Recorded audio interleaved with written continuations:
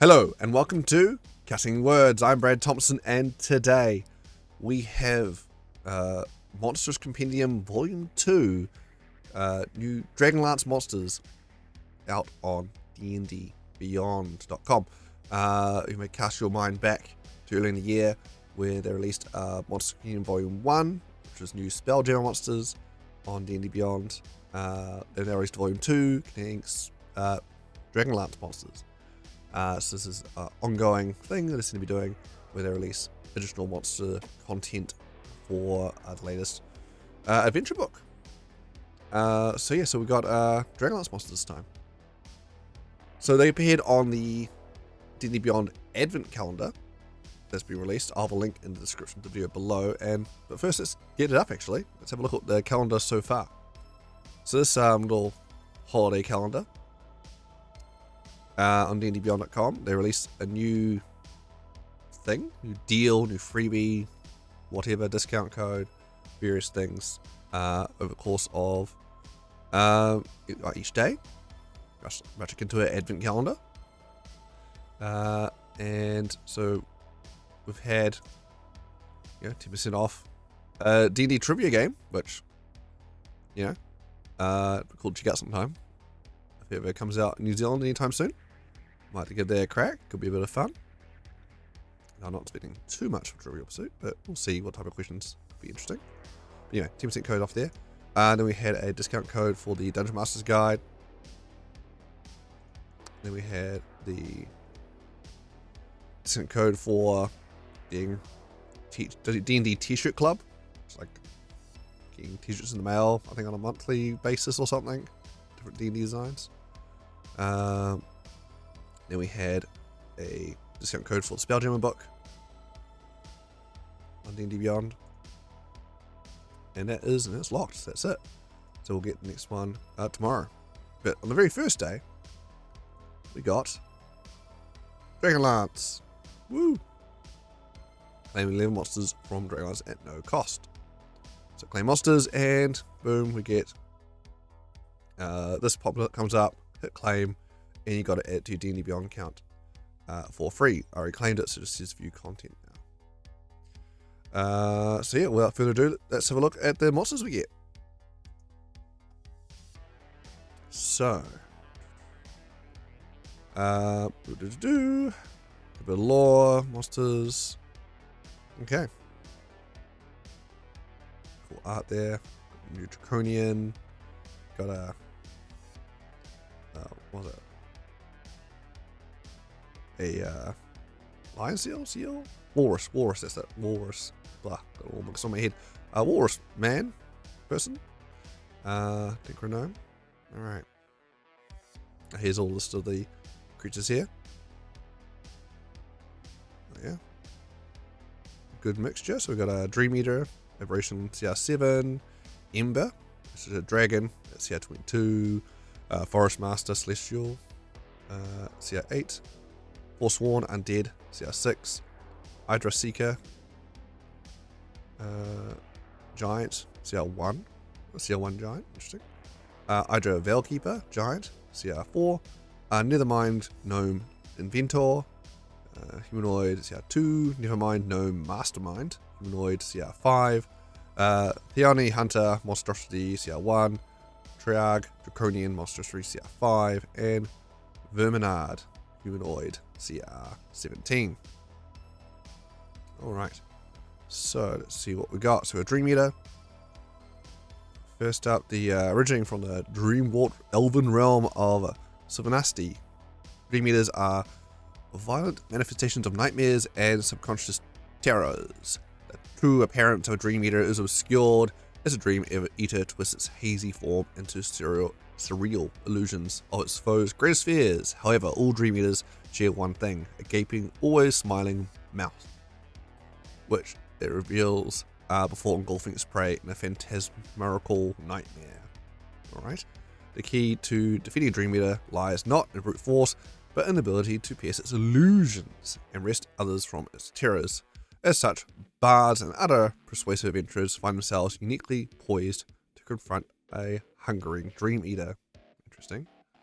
And there it is there. So if he does have a form, he looks like this. Wonderful. Yeah. But I don't post a picture as well. That's cool. Because I don't know about everyone else, but I always find most parties, in my experience, have an overabundance of charisma. I don't know. I find a lot of people, at least in my circles, prefer the charisma. And so normally there's always a bard around. There's always a lot of charisma-focused characters. People love their charisma. Also a lot of charisma classes, so, I mean, you're losing that with someone. Let's see. But do you actually need charisma to beat this guy? I mean, he's got hit points. Hey, armor class 15. Just beat him down? Surely. Alright, so yeah. So Dreamer's got a 50-foot fly hover. Decent. Let's play and keep away. Strength 15, Dex 20, Con 13, Int 12, Wisdom 16, Charisma 21. Oh, very charismatic. Dream. Okay, damage resistance to bludgeoning, piercing, slashing from non-magical attacks. Immune to psychic damage. That makes sense, I guess. Or, well, potentially the opposite actually. Wouldn't it be vulnerable psychic? Because it is just a manifestation of one's mind or something. I don't know. Anyway, they went with immune to that type of stuff, I guess. Sure. I can see arguments either way. Good immunities, blinded, charmed, frightened. Thank goodness.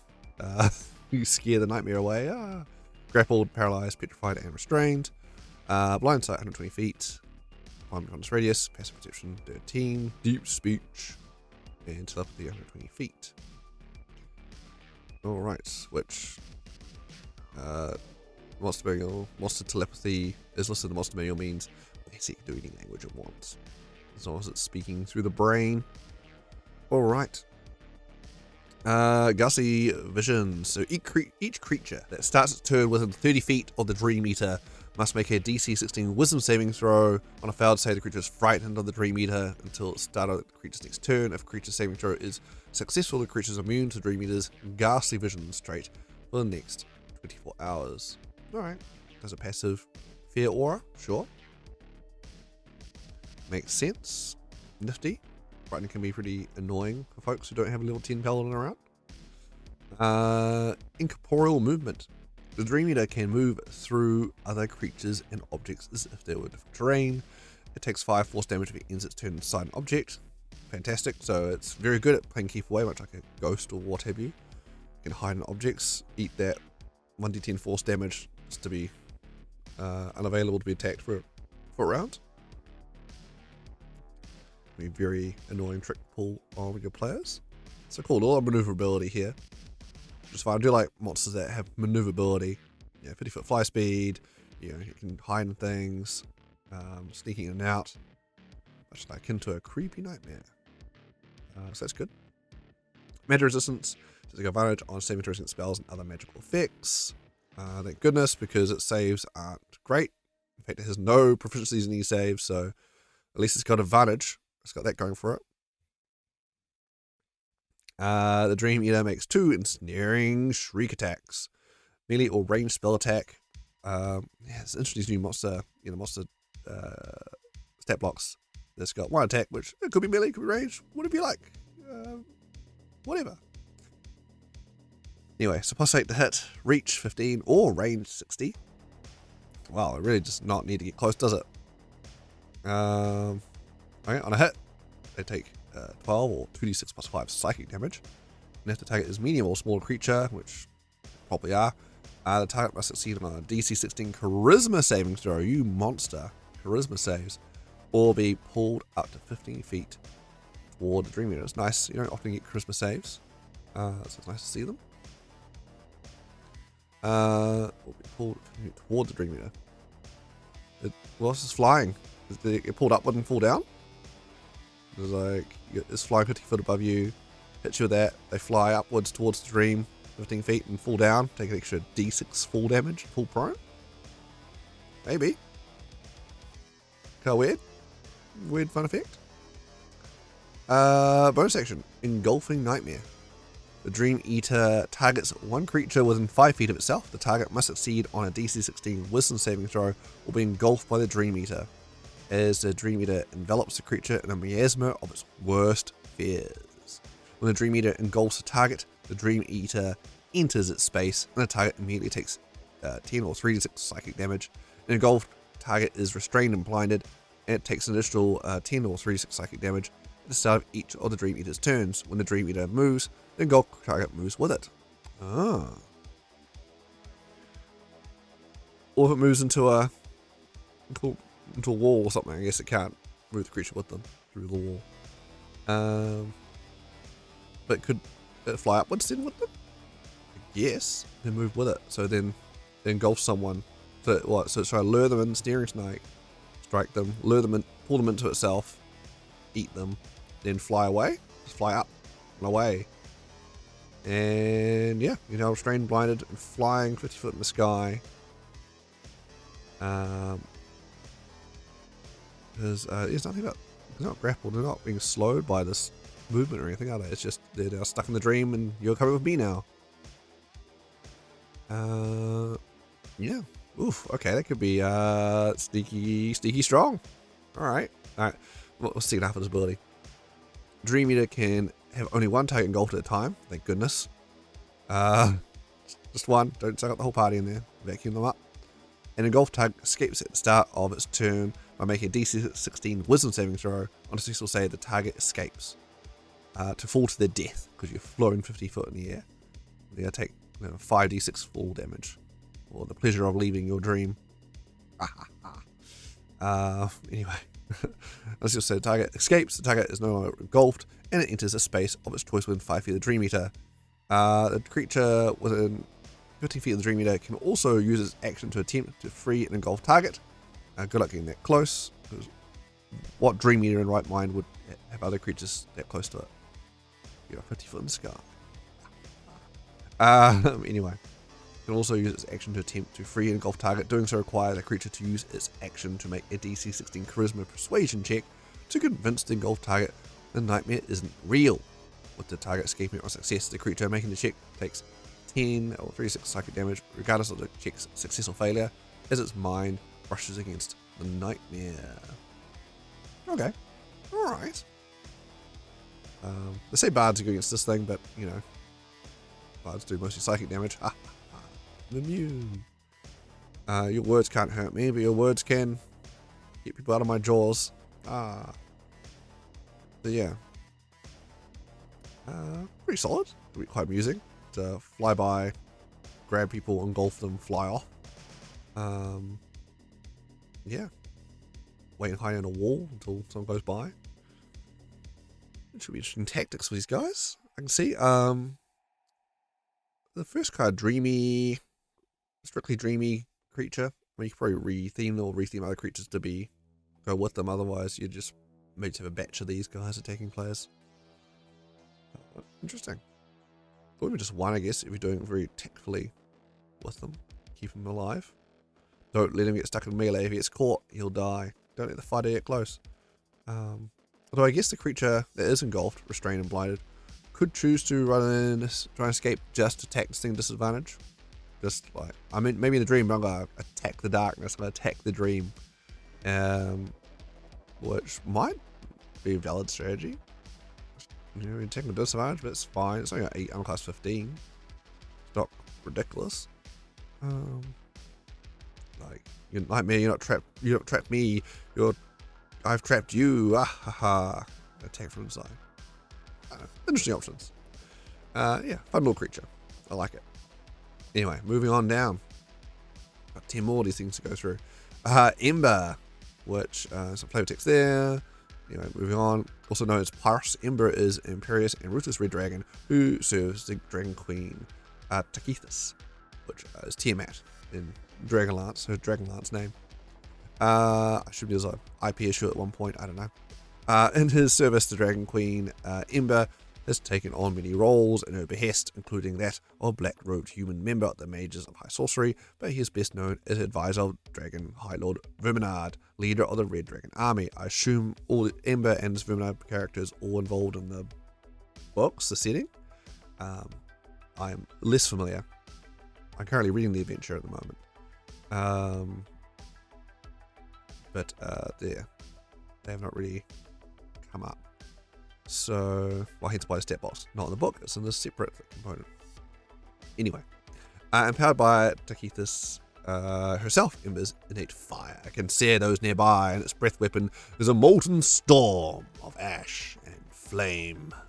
In combat, Ember wears a set of magical plate armor that bolsters his already impressive might, allowing him to annihilate entire cohorts with terrifying ease. Alright, but he's only an adult. Like, he talks a big game, but he's not even an ancient dragon. He's an adult dragon. Okay. Sure. Calm down. Calm down. He's got armor class 20 from some gear he's wearing. Alright. 200 hit points. 40 foot walk, 40 foot climb, 80 foot fly. Maneuverability, always nice. Let's see. Strength, Dex 10, 25 con, and 17, Wisdom 14, Charisma 22. My head, that seems about right. I think he's based. Yeah, he's basically based off adult red dragon. Dex plus 7, con plus 14, and Wisdom plus 9, Charisma plus 13 saving throws. Solid saves. He's trained in Perception plus 16, Religion plus 10, and Stealth plus 14. Immune to fire, no duh. Blind sight 60 foot, dark vision 120 foot, passive perception 26. Good luck sneaking past this guy unless you're high level rogue or password trace, I guess. Abyssal, Common, and Draconic languages there.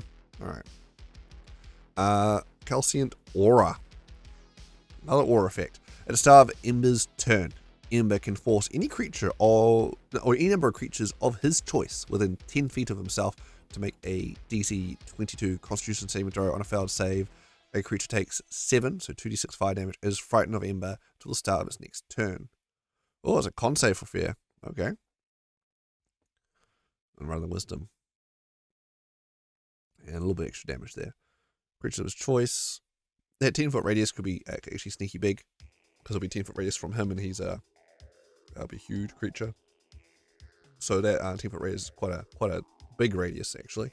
Okay, that's a good little effect. Fear definitely, the fighting condition definitely will help keep him alive. Giving them disadvantage to attack him, and class 20, respectable, though CR22 is less respectable. Leisure resistance is 5. Don't even bother landing anything on him. I find it hard enough to get through 3. 5? What? Don't even bother. Leisure resistance are interesting. 5 just seems obscene. Like, what world is someone going to make you force you to do 5 saves with this? Alright. You might as well just say, I auto succeed on all saving throws. Don't even bother making me save. Alright. Special equipment.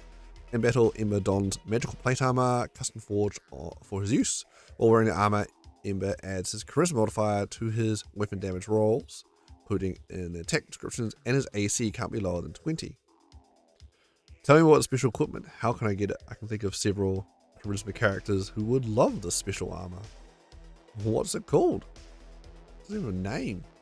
What if I loot this guy afterwards? Alright, and there he is there, picture of him. Is he actually wearing armor? What's that? It doesn't look like it, really. It's not obvious armor anyway. It's like a Emperor's clothes kind of thing. It's invisible, don't worry about it. Use any red dragon mini you like. So anyway, Ember makes 1 bite attack and 2 claw attacks.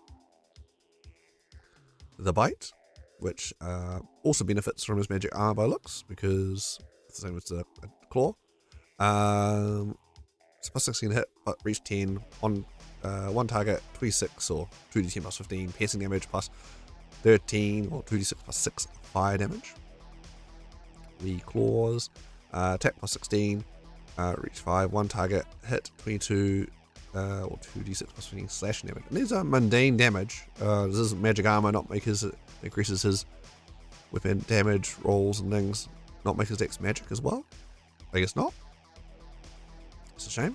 Well, you'd think it would be. Sure. Okay. Weird. Breath weapon. Firestorm breath. Recharge on 5 or 6. Ember exhales a roiling flames and ash in a 90-foot cone.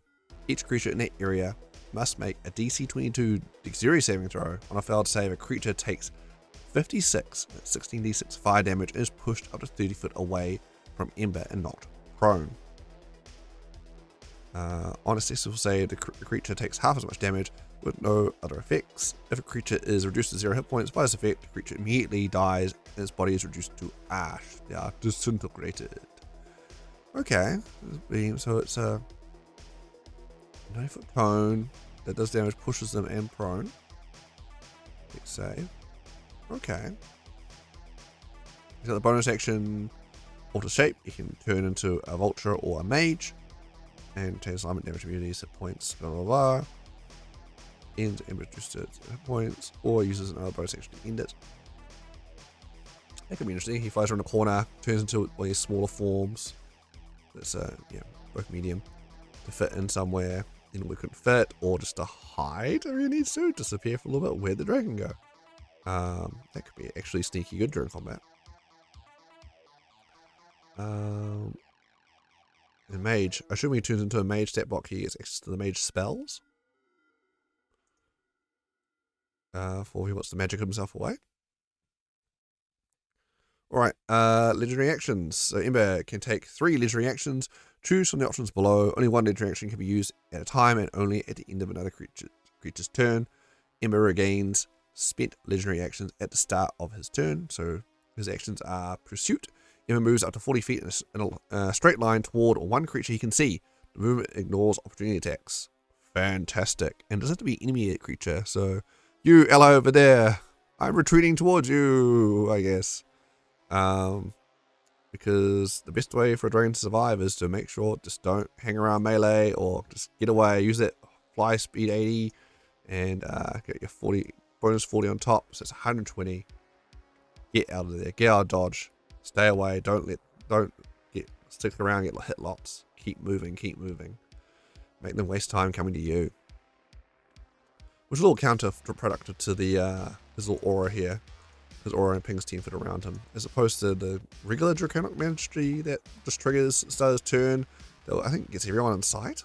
It's like a huge radius effect. Because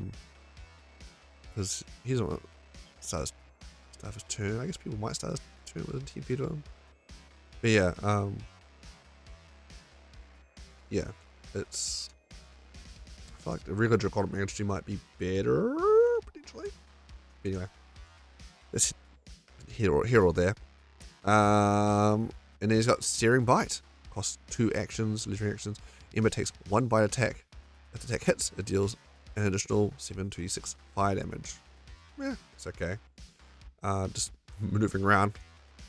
Might be the go. If he keeps moving into each one's turns, it's never can group up on him. That's pretty good. It's just unfortunate it has to be in a straight line toward one creature you can see. That's the only downside to Pursuit. Can't use it for free maneuverability completely. But yeah, okay. Interesting take on a red dragon. I don't know, would you use this over a normal adult red dragon stat block? Or maybe if you want to use this as in between adult and ancient? Maybe? Some interesting things going on here. First time I guess we see a dragon using the new kind of stat block format, I think. Oh no, I tell a lie. We'll talk about this. I've been the other dragons. We'll talk about this Luna and Solar Dragon, Spelljammer. Anyway, yeah, the perceive action's gone. I mean, did anyone ever use the legendary action to roll perception check that dragons had? Yeah, I didn't think so. I do miss the one where they beat their wings and make you run full prone and move for free. That was pretty good legendary action to not have. But oh well. Shot Pursuit is fallback. Just keep on moving, stay alive. And I guess pushing people back and prone means they're harder close to with the flame breath. Cool. Anyway, Ember. Nice. Dragon variant. So the Forest Master. So the Forest Master appears to be a unicorn. Alright. I would not have guessed that immediately from the name Forest Master. I wish the names were more obvious. I'm looking for unicorn stats. Fancy unicorn. Forest Master. Okay. Anyway. Said to be older than the trees themselves, the Forest Master is a wise and powerful unicorn who rules over the creatures of Darkenwood and Kryn. The ancient being's body is wreathed in protective briars, and moonlight dances around a unicorn's horn. Those who threaten the Forest Master's lands find themselves beguiled by magical mist and nigh impregnable thorny thickets, but those who gain the Forest Master's favour are blessed with healing and protected as they traverse the woods. So we're a large celestial unicorn, neutral good. No typically about it. Right, so the Forest Master must be a specific person, right? The Forest Master. Not a Forest Master. The Forest Master. This is a special unicorn. 105 hit points, 50 foot speed, 18 strength, 14 dex, 15 con, 13 and 19 wisdom, and 17 charisma. Same toes, got +4 int and +4 wisdom. Sorry, and +7 wisdom. Insight +7, nature +4, and perception +7. Immune to poison, nice. Condition immunities, charmed, paralyzed, and poisoned. Yeah, don't bother poisoning anything really. This is like a regular person. Don't bother using poison. 9 times out of 10. Dark vision 60 foot, best vision 17, celestial, elvish, sylvan, and telepathy up to 60 feet. So therefore, basically has all languages anyway. Okay, resistance is 2. It's nice to see lower numbers of legendary resistances. See above. Or around about legendary resistances just before the dragon. Anyway, magic resistance has advantage on saving throws though. Sure. Poor mages. Can't land anything. The Forest Master can comprehend and communicate with any beast, even if the beast knows no languages. Cool. Master of Beasts. Forest Master makes either 2 hooves attacks, 2 moonbolt attacks, or 1 of each, just to mix things up. Bit of spice. Alright, so hooves, attack +7, reach 5 foot, 1 target takes 11, 2d6 +4 bludgeoning damage.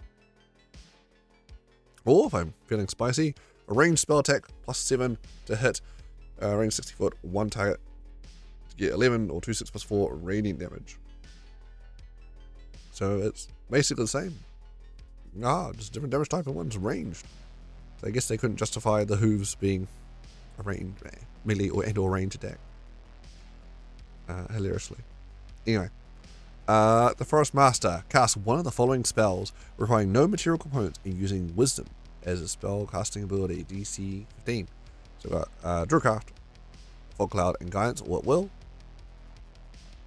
Okay, and we got Twice per Day, Goodberry, Greater Restoration, Pass Without Trace, and Speak with Plants. Cool. Some good spells there. Bonus action, Interrupting Briars, Recharge 4 to 6. The Forest Master touches his horn to the earth and causes a 5 foot tall wall of briars to erupt in a 90 foot line. It is 10 foot wide. When the wall appears, each creature in this area is pushed to the nearest unoccupied space. This is basically Wall of Thorns. This is the Wall of Thorns spell, if you aren't aware, just by a different name, and casts as a bonus action. Oof, it's like a little spell or something. That's all right. Okay, so DC 15, Dex save, take 27 or 68 piercing damage on a failed save or half damage on a successful one. The wall briars last until the start of the Forest Master's next turn. The wall blocks line of sight and counts as difficult terrain for all creatures except the Forest Master. The first time a creature enters the wall's area on a turn, a creature must succeed on a DC 15 saving throw or take 13 piercing damage. Right, so it lasts a turn though. So it's Wall of Thorns, but lasts only a turn, and it can recharge and just spam it out again if it recharges, which happens 50% of the time. Okay. Forest Master's not playing around. Reaction, Misty Escape. the Forest Master takes damage from a melee attack, he, along with any equipment he is wearing or carrying, teleports to an unoccupied space within 30 feet that you can see. Aha! You close with me? I think not. That's pretty good survivability there, especially when we can poof around for 50 foot as well. Sprint around shooting moonbeams or moon bolts, should I say, and making thorns appear to do AoE and get in the way. Yeah, he's pretty good playing keep away.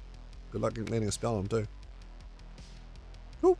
Yeah, solid little Forest Master step block. If you want to attack players with a unicorn boss, there we go. Alright, Forsworn. Forsworn are the spirits of fallen Somantic knights who are tended to their duty long after death. Armed with spectral armor and weaponry, a Forsworn maintains the material prowess it had in life, the martial prowess it had in life, and can call on magic and its fallen brethren for aid. Like revenants, Forsworn fixate on a singular purpose, and they refuse to abandon their undead state until the duty they had in life is fulfilled. For example, a Forsworn might be pledged to protect a family bloodline from harm or guard a dangerous artifact against thieves. If a Forsworn is destroyed before it can complete its duty, it returns within a few days, its strength and purpose renewed. Okay. So now undead kind of 90 step block. I think we've got a few things like that now. Anything particularly different here? So, it's green plates, 18 armor class, so respectable. It's pretty up there for an undead, really. Undead aren't normally renowned for their high SC, I don't think. Hit points, 82, 3 foot movement, so average speed there. Strength 20, Dex 14, Con 17 and 12, Wisdom 18 and Charisma 10. Saving throw, Strength plus 8, Wisdom plus 7. Damage resistances, Necrotic, Bludgeoning, Piercing, and Slashing from non-magical attacks. Damage immunities, Poison, Condition immunities. Don't bother poisoning things, guys. Doesn't have blood, don't bother. Condition immunities, Exhaustion, Frightened, Grappled, Paralyzed, Petrified, Poisoned, Prone, Restrained, Unconscious. Oh! Okay, can't even go unconscious. Don't often see that appear. Cool. Alright. Very cool. I feel like Dead should really have more necrotic community going on, but sure, whatever. Senses, Dark Vision 60 foot, Passive Vision 14, languages in your life. So whatever you want it to know. Alright, duty bound. A Forsworn is bound to enact a singular duty it pledged itself to in life. While this duty is incomplete, whenever the Forsworn is destroyed, it reforms to its previous location after 3 1d6 days with all its hit points restored. Incorporeal movement. It can phase into objects and creatures and things and stay there inside an object and take 1d10 force damage. So hide it between turns, which is pretty good. If you had faster movement speed, it'd be really, really good. It's alright. You can hide in the floor or something. And neutral nature, the Forsworn doesn't require air, food, drink, or sleep. Actions, Forsworn makes 3 spectral polearm attacks. Oh, triple attack. Very nice. So we've got melee, weapon attack, plus 8 to hit, reach 5 foot. What? It's got polearm. Look at the size of that polearm. It's only 5 foot? That reach should be 10 foot. He's using a big old polearm. Alright, sure. On a hit, there's 12, so 2d6 plus 5, force damage. That's nice. No, that's not just slashing damage or whatever. Actually, force damage. Pretty good. So he's doing magic damage. Spellcasting, Forsworn, cast one of the following spells, requiring no material components, and using Wisdom as the spellcasting ability. Spell save DC 15. Alright, so twice a day, command, detect evil and good. Once a day, wall of force, sneaky good. Trap someone in a dome, you can phase in there through the floor or something. Have a solo fight or something interesting like that, split the party up. It has some interesting dynamics there. Okay. Because yeah, you look at them, you don't think it's a spellcaster, they cast a spell, you think, oh, whatever, it's gonna be like command or something low level, who cares? Wall of Force, oh my gosh, this knight just did Wall of Force. Whoop, uh-oh. Yeah, surprise players there. Bonus action, Phantasmic Battalion. Recharge 5 to 6. So the bonus action, the Forsworn summons a battalion of ghostly soldiers to its aid. The ghostly soldiers fill a 10-foot cube centered on the Forsworn and move with the Forsworn moves and last till the start of the Forsworn's next turn. While the ghostly soldiers are present, the area they occupy is considered difficult terrain for all creatures except the Forsworn, and the Forsworn's reach for melee weapon attacks increases by 10 feet.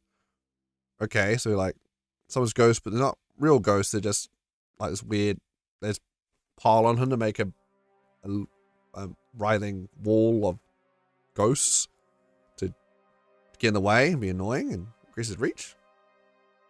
Okay. It's weird. Doesn't summon ghost minions, the ghosts just kind of slow you down, get in the way. What's the point of that? Cute. So Forsworn summons a bunch of ghosts. A bunch of ghost soldiers to its aid. Come aid me, my brethren. The ghost soldiers fill a 10-foot cube sitting around the Forsworn. So there's dogpile him, the big old cube, and move with him. This is comedic cube of ghosts, just all pounded in this cube, moving with the main guy who called on them. They're all holding onto each other or something. I don't know. This is a weird visual here. And move with them, Forsworn when the Forsworn moves. So guess if he faces the floor with his incorporeal movement, they go with him, I guess, if he wants. And last the start of his Forsworn's next turn. While the ghostly soldiers are present, the area they occupy is considered difficult terrain, so they can't get in the way. People can still move through the ghosts, it's just a bit annoying. And for all creatures except the Forsworn's reach for the melee weapon attacks increased by 10 feet, so you can poke them out from, he took his pole arm. Now he learned how he can actually hold his pole arm further down. He has 15-foot reach with it. Just stick out the cube and poke people. Okay. Sure. I guess he's trying to stop people from closing into him or something. I mean, sure. Like, core movement card does that already. Alright. That's super weird. But the Wolf Force is quite cool, nifty. Otherwise, yeah, he's a tanky ghost with triple attack, should I say. Does force damage. Sure. Why not? No, that's a Forsworn. Cool art. Sure. Hydra. The Dragon Queen created the Hydra long ago. While most Hydra embraced their wicked creator's teachings, some of them adopted the philosophies of other deities. Those Hydra who don't serve the Dragon Queen live in hidden communities across Kryn, avoiding the eyes of their creator and her minions. Distantly related to Oni, ogres, and other giant folk, Hydra have shimmering skin that ranges through shades of indigo and sea green. Their innate magic provides them with limited shape-shifting abilities and the power to create illusions. Alright, so these are giants that the Dragon Queen made. Dragon Queen makes giants now?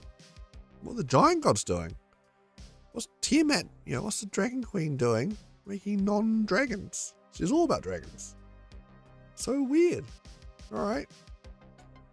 Anyway, Hydra Seeker. Hydra Seekers are skilled spies who use the magic to disguise themselves and gather intelligence for their allies.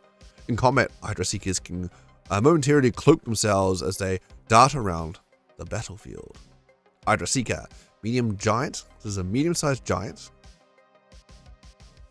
Okay. I'm a giant. You seem like just a regular dude. No. I'm a giant. I'm just a small giant. What? No, I hope they should really make Goliath have the giant creature type now. Yeah, I want to see some medium-sized player giants now, so I can make a whole. I'm a giant. You haven't seen that big. No, seriously, guys. A giant creature type. Oh, okay. Anyway, I'm class 12. Hit points 27, speed 30 feet, strength 10. I'm a giant. I swear, your strength is 10, mate. Are you sure you're a giant?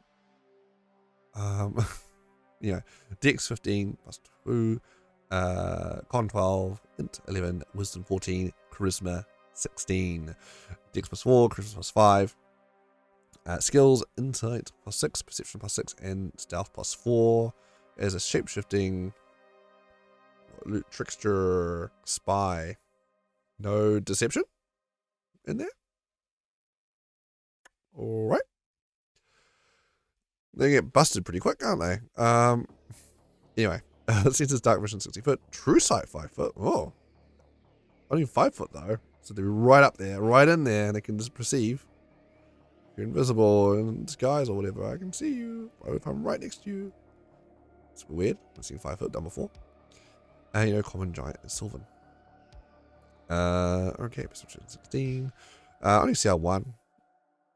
But sure. Seeker uses augmented physicality if available, and make 2 crystal blade attacks. So crystal blade, melee weapon attack, +4 to hit, reach 5 foot, 1 target hit, that's 5, 1d6 plus 2, force damage +7, 2d6 force damage if the Seeker is large. Oh, that's quite a bit extra damage actually if it's large. Augmented physicality. Yes, so you can grow large. Augmented facility once a day. For a minute, the Seeker magically heightens its physical ability, increases in size along with anything it's wearing or carrying, or augmented, the Seeker is large and makes a strength and dex saving throws with advantage. If the Seeker lacks the room to become large, it retains its maximum size possible and space available. So, as an action, you can turn big and attack twice. It's quite a few things for one action. Good for them. Yeah. And that's kind of like a track actually. Multi-attack coming in, doing 3d6 plus 2. Force damage. Oof. Alright. For barbarians who aren't bears. Well, there's force damage running around. Change shape. Once a day, the Seeker magically transforms to look and feel like a medium humanoid. It has seen any equipment the Seeker is wearing or carrying isn't transformed, and the Seeker's statistics don't change. The Seeker reverts to its true form, and the Seeker reduces 0 hit points if the Seeker uses an action to end the transformation. So that's how they're changing shape to infiltrate places. But they don't wear the right clothes. They'll be wearing what clothes are available, and they carry on crystal blades, which are pretty uncommon. So stat pop, they use these fancy crystal blades. So yeah, if you see someone around acting a bit weird and carrying, a crystal sword on their side, they're probably an Hydra Seeker in disguise, guys. Watch out. Investigate that. Maybe just ask them, and they'll probably have terrible deception because they're not trained in deception. And yeah, solved it. Okay. Not good at their jobs. Veil Walk. They got a bonus action as well. Recharge 4 to 6, so 50% of the time.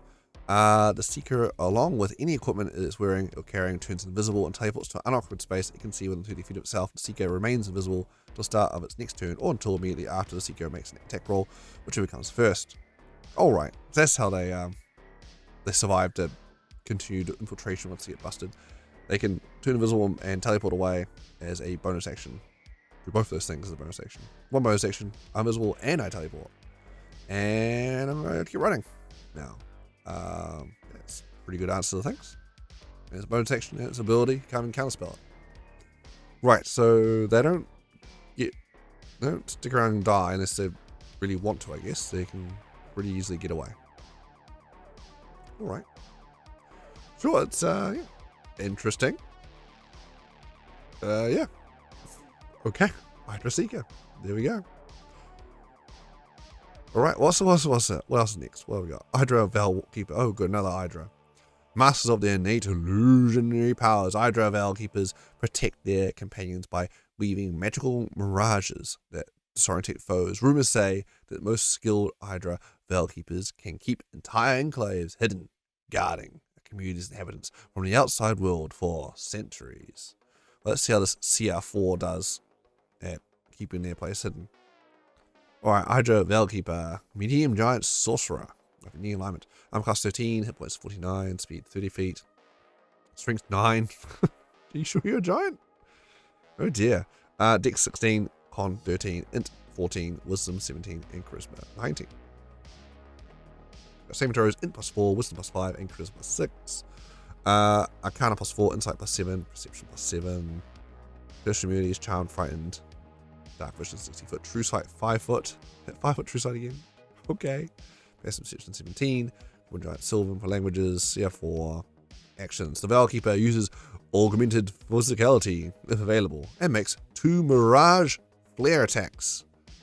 Alright then, they're really having fun in the design team, aren't they? Coming up with weird names for these different attack actions that all ultimately just pew pew. Yeah. Sure, as long as I'm something fun, I guess. Mirage Flare. Melee or range spell attack, your choice. You can just do whatever at any range. Doesn't matter. Don't think about it. +6 to hit, reach 5 foot or 60 foot range. Sure. On a hit, the target takes 11, 2d6 +4 radiant damage. Ooh, okay. And a target must succeed on DC 14 wisdom saving throw or be charmed by the Veilkeeper until the start of the Veilkeeper's next turn. While charmed in this way, the creature is at capacity as it was beset by hypnotic illusionary visions. Oh, okay. Weird. So, go, blank. Ow, what the hell was that? Oh, hey, hold on. Oh. Interesting visual there. Yeah, just boom. You smack someone real hard in the head, and hopefully the little illusionary birdies fly around it and they get distracted by it or something. It's I'm sure it's a weird ability. Cool. Yeah. Super cool. Sure. Last thing, augmented physicality. So for a minute, the Veilkeeper magic obscures its location, heightens its physical ability, and increases it in size, along with anything it's wearing or carrying. While Veilkeeper is augmented, attack rolls against it have disadvantage. Is large, so it gets bigger. It becomes harder to hit. Illusions. It makes strength and dexterity saving throws with advantage. The Veilkeeper lacks the room to become large. It attains its maximum size possible in the space available. The augmentations end that the Veilkeeper is incapacitated. Can't end it early. Once you commit, once you trigger it, that's it. You're stuck that way for a minute until you pass out. So watch out. But cool. This little the next part of the multi-attack, they can trigger that on. So fights on, guys. Activate effectively my blur. Everyone's disadvantage to hit me now. Oh, and I'm big, but big doesn't really do much for me because I'm a sorcerer. Change shape. So 3 times a day for this one. The Veilkeeper magically transforms to look and feel like a medium humanoid. It has seen any equipment the Veilkeeper is wearing or carrying isn't transformed, and the Veilkeeper's statistics don't change.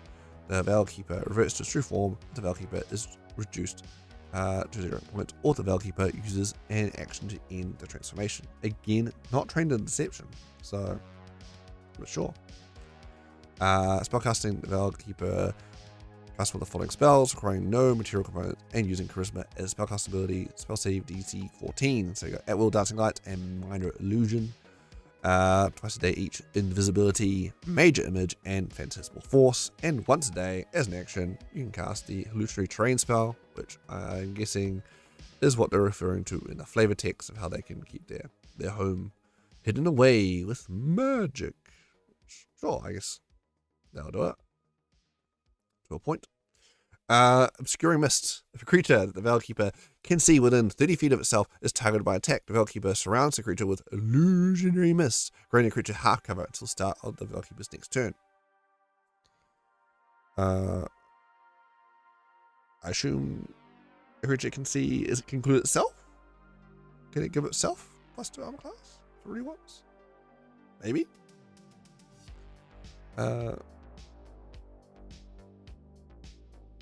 Pretty cool. Sure. +2 AC. How about a friend or how about yourself? Alright. Sure. Hydra. These medium-sized giants. Why not? Alright, let's keep moving. Never mind gnomes. Never mind those gnomes. Yeah. Mount Nevermind is a hollow, dormant volcano on the island of Sankrist in Kryn. Within the mountain, a vibrant community of rock gnome tinkerers and other inventors relentlessly study various scientific pursuits to create mechanical marvels.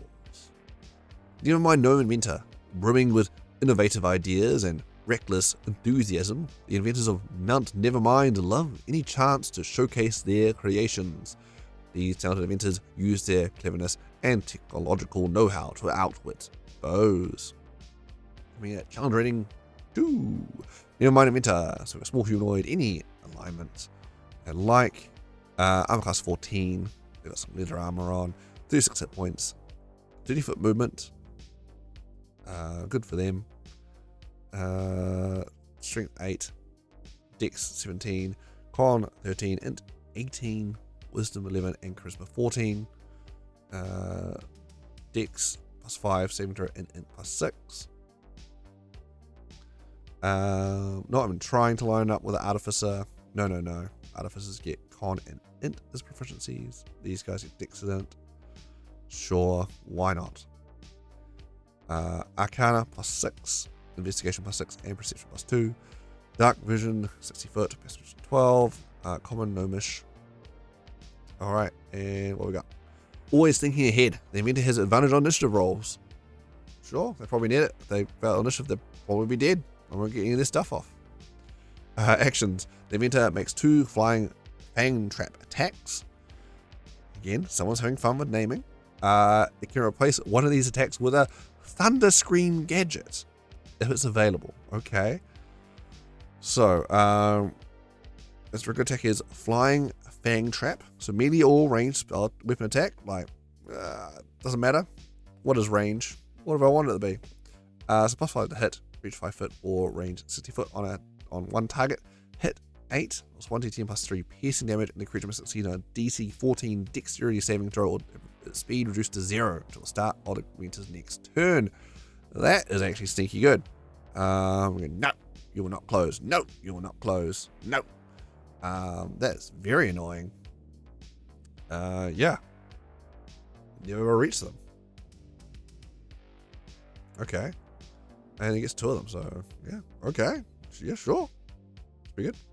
Alternatively, it's recharge, which we can replace one of these attacks with, is Thunder Scream Gadget. The inventor produces a gadget that emits a screeching wave of sound in a 30-foot cone originating from the inventor.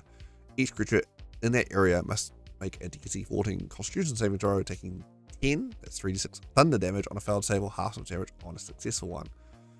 That ball's getting close though. I guess if they're all clumped up nicely. Otherwise, no, just stick with the Flying Fang Trap. Done. Don't mess with, it's going great. Just keep doing that. Yeah, a couple of these inventor guys together, players will never move. Be very annoying. Reaction, Flash Powder. If the inventor is damaged by a creature it can see, man, all these creatures have reactions, don't they? A lot of these have reactions. It's quite, I guess, nice to have an option, just need to remember to use the option. Because often, a lot of things to think about the table, forget about doing the reaction. I've definitely done it before.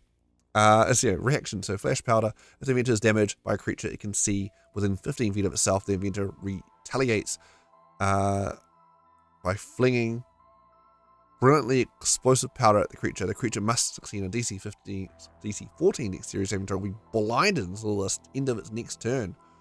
Rude. Though if the guy's within 15 feet of you, you've done something wrong. Gnome inventor. But yeah. Just an extra salt in the wound for you. Alright. Then we got the upgraded version, the Mastermind. Alright, Nevermind, Gnome Mastermind. Gnome Masterminds, or Mount Nevermind, temper their creativity with years of experience. While they still create wild inventions on a whim, these masterminds also wield at least one more stable clockwork invention. Typically something that affords the mastermind more movement, extends their reach with extra appendages, or both. So we have Doc Ock here. Look at this guy. Robotic arms. Why is there not an Artificer subclass or just main Artificer class ability to have Doc Ock arms? I do not know. Like for the player characters. It seems like a huge oversight. But here we go. We got kind of corrected, at least with the NPC stat block. But I expect Artificers one day should be able to get Doc Ock arms. That's what all Artificers want. Known fact. Alright. So we got armor class 15 for the Mastermind. Hit points 82, speed 30 feet, and a climb speed of 30 feet. So you can climb up and stay away from people. Get away from me. I'm the Mastermind. I'm going to hang at the back, monologuing, and throwing shit at you, I guess. Strength 9. Dex 18. Con 14, Int 20, Wisdom 11, and Charisma 15. Dexterity save is +7, Con save +5, and Int save 8. We got Arcana +8, Investigation +8, and Perception +3. Dark Vision 60 foot, Perception 13, Common and Gnomish. Alright, onto the abilities here for the CR5 Mastermind. Always thinking ahead, the Mastermind has an advantage on initiative rolls. I'm always one step ahead. 4D chess, let's go. Spider climb, the Mastermind can climb difficult surfaces, including upside down on ceilings without needing to make an ability check. This trait doesn't function if the Mastermind is grappling creatures or in both of its clockwork claws. So Doc Ock's claws up into the ceiling or whatever, running around that way. Cool. Sounds good. Even more ability to stay away from people. Keep our melee. Actions, multi-attack. The Mastermind makes 2 clockwork claw attacks. The Mastermind can replace one of his attacks with generate gadget if it's available. Alright, clockwork claw. And generate gadget. I do appreciate the alliteration. I like it when they put the extra, effort in to, double C and double G. Very nice. Anyway, melee attack, +7 to hit. Reach 20 foot. So you're basically a ranged attack. Sure. Reach 20 foot. One hit. One hit does 11 to 2d6 +4 piercing damage. If the target is a medium or small creature, the target is grappled. Escape DC 15 until the grapple ends. The target takes 10 piercing damage. 3d6 piercing damage. At the start of each of the Mastermind's turns, the Mastermind has 2 claws, each of which can grapple only one target. I don't think you want that many claws, mate. I don't know if you really want to grapple them. Honestly, stay away. Just poke them with your claws. I'm thinking of the class. There's one of the old school Sega Master System Spider-Man games. I remember you fight Doc Ock and he's like pull up himself on the ceiling all the time and shoots out claws. You jump over them and stuff. Yeah, I get a visual of that immediately with this guy. Anyway, that's a old callback. Generate gadget. So you'll recharge 5 to 6. So you got a third of a chance to get this back on that D6 roll. The Mastermind quickly assembles a clockwork gadget. Hopefully this works. Wow. Producing one of the following effects, the Mastermind's choice. Cheddar Grub. Parts of this gadget looks like gnashing metal teeth. The gadget hurtles toward a creature the Mastermind can see within 60 feet of itself. The creature must succeed on a DC 16 dexterity saving throw or take 31 78 piercing damage and be incapacitated until the start of the Mastermind's next turn. Wow! Okay, that's pretty good. Pass a saving throw or you're incapacitated, which means you lose your turn, you lose your concentration. You just can't do anything now. And that's quite a bit of damage. Alright then. That's pretty good. Some gnashing teeth. Sure. And pretty good range too. Alright. Yeah, just keep doing that. That's pretty good. But we've got 2 other options you can choose to do instead if you really want. But the first one sounds pretty good. Phasmo Ball. The Mastermind launches this gadget to a point the Mastermind can see within 2 feet of itself, where the gadget unleashes a cloud of mind-warping gases in a 10-foot radius sphere. Each creature within the sphere must succeed on a DC 16 Wisdom saving throw, take 11 as 2d10 psychic damage, and be frightened of the Mastermind until the start of the Mastermind's next turn. Well, fighting condition's pretty good. The damage there, Wisdom save is an okay option if you manage to get everyone up, but I'm still liking that cheddar grab. And we've got the Thunder Scream. This gadget emits a screeching wave of sound at a 30-foot cone originating from the Mastermind. Each creature in the area must succeed on a DC 16 Constitution saving throw or take 21 as 66 thunder damage on a failed save or half of damage on 61. Alright, so this is just not debuffing at all, it's just straight damage. And it's a cone attack from the Mastermind. No, it should be that close anyway. So yeah, I think it conveniently listed in priority order. I think Cheddar Grab was one person. If you manage to get like everyone, sure, Phasmo Ball, Thunder Scream. Oh, they're that close, just stuffed anyway. Okay. No, don't let them get you. Yeah. Cool. Never mind, no Mastermind. I like it. I'm keen to run these guys. Yes. Good fun. Like it. Okay. The Oni Hunter. The Oni are walrus-like beings who dwell in the frozen wastelands of Kryn. They sport thick ivory tusks, which they use both to defend themselves and to poke breathing holes in sea ice as they swim. Often at odds with the monstrous creatures that live in the frozen wastes, the Oni are adept hunters in addition to their tusks. They use harpoons on long ropes that they can quickly reel back. Groups of the Oni hunters work together to take down monsters far larger than themselves, including Ramorhazes and white dragons. Good for them. Alright then. That's bold of you, CR1 monster. Monstrosity to be precise. Not a humanoid, a monstrosity. Alright. I guess they really don't want to make sure they win a player race option. No. I mean, who would you? Who would want to play a walrus person? It's a bit ridiculous now. I think we've got enough animal hybrids. Getting a little ridiculous. Anyway. Hunter. Got a 14 armor class. Got your hide armor there. Got 2 hit points. Speed 30 foot and swim speed of 30 feet. Strength 18, Dex 14, Con 15, Int 12, Wisdom 16, and Charisma 11. Strength saves +6, Con save +4, Dex +6, Perception +5, Survival +5. Immune to cold damage. I guess that's Kyle. They survive against white dragons. I don't know what they do against Ramorhazes, but sure. Passive position 15, Quan, and Common. Hold breath, can hold your breath up to 10 minutes. Pack tactics, advantage on attack roll against a creature if at least one of its hunter allies within 5 feet of the creature and the ally isn't incapacitated. Actions, the hunter got multi-attack, makes 1 bone harpoon attack and 1 tusk attack. Bone harpoon, melee or ranged weapon attack +6 to hit, reach 10 or range 20-60 on 1 target hit. 8, 1d8 +4, decent damage, hit or miss, the harpoon returns to the hunter's hand. Oh, it's like a boomerang? That's nice. It's good for them.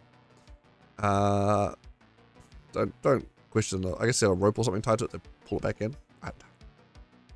Task, melee weapon attack, +6 to hit, reach 5 foot, 1 target, hit 6 damage, 1d4 +4 slashing damage. And this has got reach 10 foot, this thing. This harpoon here. What?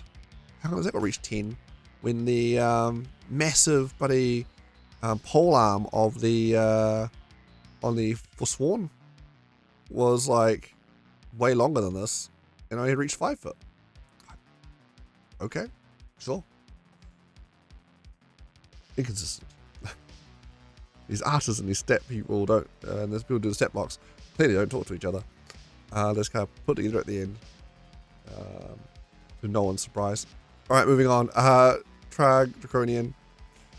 In their experimentation with corrupting dragon eggs, the dragon armies created Trag Draconians, the precursor to what would become Baz Draconian for soldiers. Unlike the Draconian breath weapon, Trag Draconians are little more than bloodthirsty engines of carnage. Few commanders have successfully used a Trag Draconian's reckless violence to their advantage in battle. For most, a Trag Draconian is such of a danger to its allies as is its enemies. Even magic cannot tame a Trag Draconian thirst for violence. Trag Draconian vestigial wings lack the strength to support its hulking body in true flight, and they only minimally help to slow a falling Trag's descent. This metallic scale are coated in sickly patina. In battle, the Draconian can charge its body with a vicious fire, burning all in its wake. When a Trag Draconian dies, its body explodes in a thick, disgusting sludge. Wonderful. So we've got this is Trag Draconian, large monstrosity, typically chaotic evil. Armor class 14, points 68, speed 40 feet. Yay, I like it when they have more than 30 foot speed to play with. Strength 21, Dex 10, Con 17, Int 6, Wisdom 8, Charisma 9. Strength save, saving throws, Strength +8, Con +6. Condition immunities, Charmed Friend, Dark Vision 60 foot, Passive Perception 9, Common Draconic. It's a CR5 here. Alright, Blood Frenzy. The Draconian has advantage on melee attacks, rolls against any creature that doesn't have all of its hit points. Oh, you're wounded, I'm gonna frenzy at you. Wonderful. Controlled fall. If a Draconian falls, and it isn't incapacitated, it subtracts up to 50 foot from the fall when calculating the fall's damage. Cool. Death throws. If the Draconian is reduced to 0 hit points, its body erupts into sludge that fills a 10-foot radius sphere. Each creature within the area must succeed a DC 14 dexterity saving throw will be covered in sludge for 1 minute. While covered in the sludge, the creature's speed is halved. The creature can use its action to scrape the sludge off itself or another creature within 5 foot of itself. Okay, so just it dies, just explodes into gunk goop. It's just gross. Doesn't actually hurt you at all. Okay. Sure. We'll do at least some damage, no? Just gross. Alright. Just yuck. Wipe it off. Sure. Actions. I guess what's the prototype? Actions. A multi-attack. Draconian makes 2 claw attacks each. So claw, melee weapon attack, plus 8 to hit, reach 10 foot. His arm, his little claws, they can reach 10 foot. Whole arm, 5 foot. What? Alright. You reach 10 foot, 1 target, hit, 14, 2d8 plus 5 slash damage. Flaming Carnage. Charge 5 to 6. The Draconian indulges its rage, wreathing itself in fire and moving up to its speed. The Draconian can enter creature spaces during this move. During this movement, when the Draconian enters a creature's space, the creature must make a DC 14 dexterity saving throw. On a failed save, the creature takes 22, it's 40-10 fire damage and is knocked prone. On a successful save, the creature takes half as much damage and is pushed to the nearest space out of the Draconian's path. A creature can be affected by Draconian's Flaming Carnage only once during a turn. That's quite interesting. If you've got like teamwork, you got like one of them triggers their Flaming Carnage, charges through, hoping to knock a bunch of them prone, and then the rest walk up and attack with advantage on the prone people, finish them off. Yeah, some tactics there. Reaction: violent retaliation. If a creature within 10 feet of Draconian hits it with an attack, Draconian can make 1 claw attack against that creature. If the claw attack hits, it deals an additional 4, that's 1d8 slashing damage. That's rude. Cool. Get your deck in there. Very nice. I mean, that was 5 very long with that low arm class, but it'd be quite big. Definitely, you put one of them down, players will, I suspect, focus fire that, go, oh my gosh, look at that, this big dragon thing, pew, pew, pew, pew, pew, and load into it. So, yeah. But cool. Alright, see some utility there on the battlefield. Alright, finally we've got Verminard. Dragon High Lord Verminard leads the Red Dragon Army, the largest, most powerful of the Dragon Queen's forces, with fanatic zeal and ruthless might. Though prophesied to banish evil forces from the lands of Kryn, Verminard was tempted by Takithis and her promises of glory. Corrupted by the Dragon Queen, Verminard rose to become one of her champions, claiming command of the fiercest among the Dragon armies. Man, a lot of chosen one heroes in the Dragonlance setting really just shit the bed. They're like just turn evil all the time, just all the time. Seems like every bad guy backstory in this seems to be that. Fallen heroes galore. It's lousy with fallen heroes. Verminard's extreme devotion to Takithis allows him to channel her unholy power on the battlefield, bolstering those under his command while raining cursed fire on his foes. His towering silhouette is often wreathed in the fire of ember, his red dragon companion and advisor. Draconic Devotion. Verminard's stat block references Draconic Devotion monster trait. Although this trait does not appear in any of the creatures in this compendium, you will find several monsters with the Draconic Devotion trait terrorizing the land of Kryn in the book Dragonlance, Shadow of the Dragon Queen. Anyway, here's Verminard. He's pretty buff. Alright then. So he's got fancy stuff. He's got loot on him. It's always nice when NPCs come with free loot for when you beat them. So he's a medium humanoid, human cleric, lawful evil, armor class 20, plus 2 plate. Oh my gosh, plus 2 plate. Ugh. So good. Hit points 143, 3-foot movement speed, got strength 22. How do you swing that one? Read a book, I guess. Dex 13, con 15, int 16, wisdom 18, charisma 17, saving throws, wisdom plus 10, charisma plus 9. Good luck landing, mindy effects on him. Perception is +16. Man, he'll see you coming. Original +9. Damage immunities, fire, conditional immunities, charmed and frightened. Dark vision 60 foot. Passive perception 26. Good luck. Abyssal, common, and draconic. Challenge rating 17. So draconic command. Whenever a dragon or creature within a draconic devotion trait within 30 feet of Verminard makes an attack roll, the creature can roll d4 and add number rolled to the attack roll. Oh, he gives up less. Yeah. For him and his dragon friends. Well, not him. Sorry, just his dragon friends, not him. Sweet. Just go. That'll be a fun one for the DM to remember, but if they do, man, fantastic. Okay. Legendary resistance, 3-day. If Verminard fails a saving throw, you can choose succeed instead. Special equipment, Verminard has got +2 plate armor and wields the mace Nightbringer, which grants him dark vision, as well as immunity to fire damage and to the charmed and fighting conditions. Sweet. Alright. Fantastic loot then. Multi-attack. Verminard makes 2 Nightbringer attacks and uses Malediction. Okay. Nightbringer. So melee weapon attack +15 to hit, reach 5 foot. One target. Hit 12, so 1d6 +9.